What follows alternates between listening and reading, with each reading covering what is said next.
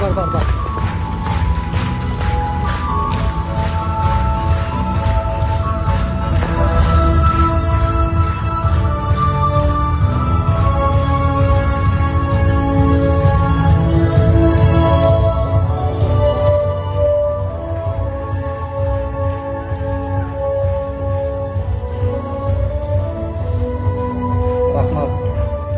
Assalamualaikum урматтуу агалар, апалар, эжелер, карындаштар, жеңелер, баарыңыздар бүгүнкү кутман кечиңиздер куттуу болсун.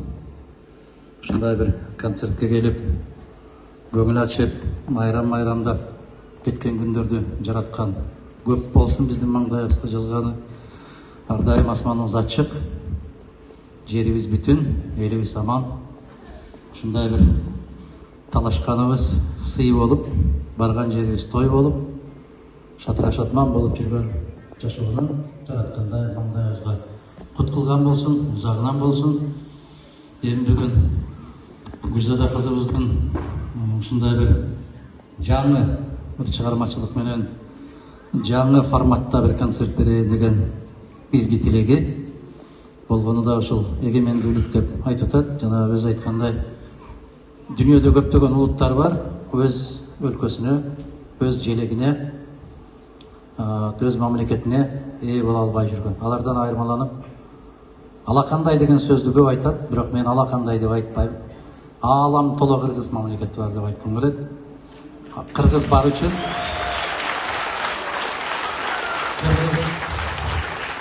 аалам толук сыяктуу көрүнөт. Эгерде ушул кыргыз мамлекети болбосо, кыргыз эли болбосо, кең ааламдын кимге кереги бар дегенди сезимдер менен жашашыбыз керек. Ошол элдин, журттун ушундай бир баардык бир көрөңгөсүн көтөрүп келаткан, тарыхын даңазалап келаткан бир тармактар болгон болсо, ону мен дайым ондогон жылдар болуп айтып келем. Бул биздин маданият. Маданиятта болуп дагы нукура моундай бир бүгүнкү күндөгүдөй ырдалган ырлар, айтылган кептер болуш керек. Көпчүлүк учурда айта берет го, кыргыз идеологиясы барбы деп. Мына кыргыз идеологиясы Гүлзаданын өз идеология ошол. Мына издеп жүргөн азаматтар болсо, кыргыз идеологиясын кайдан табабыз деп.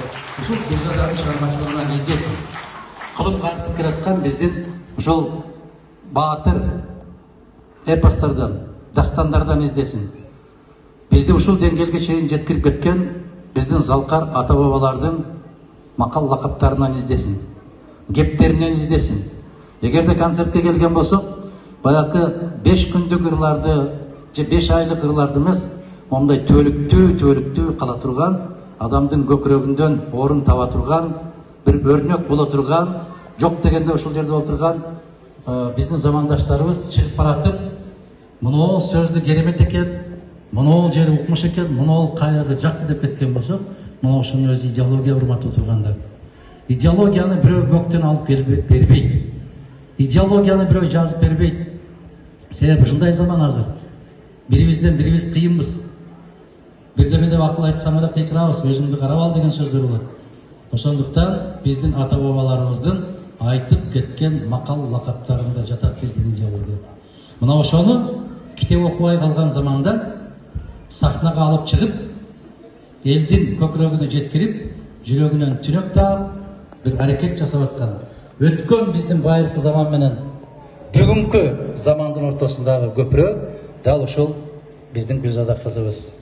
Аман жүрсүн, бар болсун, кең болсун келечеги. Мен алган маалыматка караганда, бир 2 күндөн кийин биздин боордош, канатташ туугандарыбыз казактардын Алматы шаарында өтөт экен. Мына ошол жерде өткөндө дагы менимче ушул Гүлзада Түркияда да жаңырды үнү, Казакстанда да жаңырып атат, Россияда жаңырып атат, бардык жерде. Гүлзаданын жүргөн жери бул кыргыздын жыты. Гүлзаданын жүргөн жери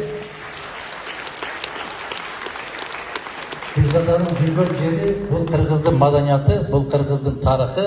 Керек болсо жанакы урма аспаптары менен ойноп атканда айтып атпайбызбы, биздин бир топ жашка чыгып калгандардын да буттары кыймылдап кетип барат. Мына ошол дух. мына ошол өткөндөн келаткан бизге жетип келаткан дуктар келечегиң кең болсун. Өзү айтат эле да, кичинекей кезимде апам урушуп койгон болсо, короонун четине барып алып туруп, аябай өкүрө ыйлайт элем дейт. Ушул ыйлаганымды кошуналар уккан болсо, ушу Гүлзаданы урушуп атат экен деп билсин деп, анан ошондон өзүмдөн өзүм сооруп отуруп алып, анан кыйкырып эле ушул дастандарды айта берет элем дейт. Мына ошол кичинекей кезинен кандайдыр бир сыр, купуя, кандайдыр бир сезимдер болсо керек. Ошолорду дайым көкүрөгүңдө оргуштап чыга берсин. Биз ошол сага окшогон керемет кыздарыбызга, жигиттерибизге, чыгармачыл инсандарга карап, кайсыл жолду туура баратабыз, кайсыл жерден туура эмес кетип баратабыз, эмнени оңдошубуз керек, кайсыл жерден токтошубуз керек. Мына ошол сиздерден үлгү алып, сабак алып жашаганга бизге дагы жараткан Аллах акыл эс берсин, бир сезимталдуулук берсин. Буюрса, сиздердей кыздарыбыз, жигиттерибиз бар. Биз дүйнөгө мактанганга акыбыз бар. Бар бол, аман бол, ийгилик болсун, жакшылык болсун. Чоң рахмат, Адахан Кимсанбаевич. Эң сонун жалындуу сөздөрдү айттыңыз, бул мага дем күч берет. Бар болуңуз, ыраазыбыз.